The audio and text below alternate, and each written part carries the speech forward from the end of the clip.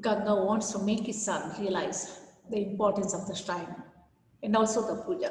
That's the reason he goes on telling him. He narrates the incidents so as to make his son know about, realize what was the level of sacrifice that his grandfather had done. And that's the importance of the shrine. Don't forget again. That is all I can say. I'll be very angry if you miss another worship. You are old enough to realize your duties, I think. I was less than your age when I was ordered to take my father's place. Even my mother was away somewhere. The last I saw of my father was when I went to bed. He recalls the day, the tragic day. The last time he met his father was before he went to sleep, and his mother was out of station. But in few hours, his complete life had changed. His hut had blown away because he was a little child, deep in sleep. He was unaware of all these happenings. He didn't even know that his father is not at home. He's gone away to meet the king. That is what he recalls and tells us. And how he has faced those troubled days, and how quickly he shouldered the responsibility of his father of tending the lake, so in order to motivate his son through his incidents. He is narrating all these things to him. When I woke up, wake up, past tense, woke up. When I woke up in the morning, the hut had blown off. We have seen the terrible heavy storms, how the deadly wind had almost blown out his village. And whom should I see? When I woke up in the morning, the hut had blown off and the lake was nearly rolling over the shore to the brim of the bank. The water had filled. It was horrifying. Probably, if it was a little more, I would not be here to narrate you. That is the very sense of it. It would have been a great deluge. And then the lake was nearly rolling over the shore, and whom should I see as soon as I got up but the king? He said my father was no more and ordered me immediately to do my father's duties. In the morning, to his surprise, when he woke up from his bed, unaware of all these things, whom should he see right before him? It was the very king who stood before me. He came, maybe he might have hugged the little child and caressed and very much soothed him, and has told that his father was no more, he was dead. And then it was inevitable for him, and he had to take up the responsibility. That is what was the order of the king also, because that was the last desire of Mara. And then he said my father was no more and ordered me immediately to do my father's duties.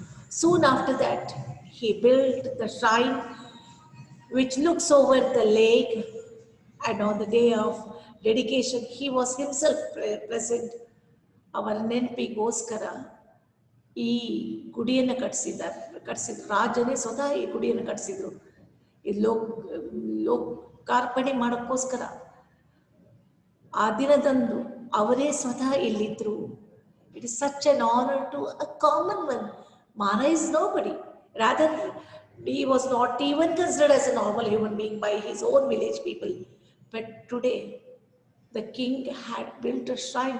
Shrines are built for only God and goddesses.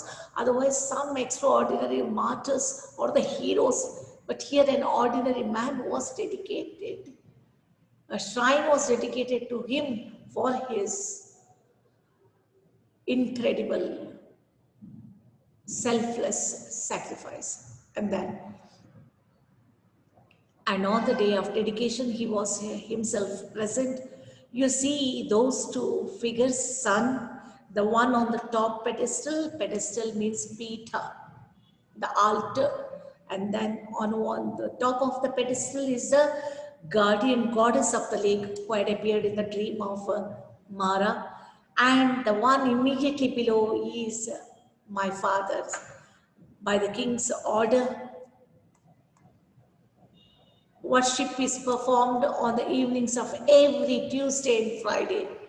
They are fixed up 2 days of the week, that's a Tuesday and Friday, where they offer the procedural, the traditional method of worshipping a god and goddesses. In the same method, even Mara is worshipped.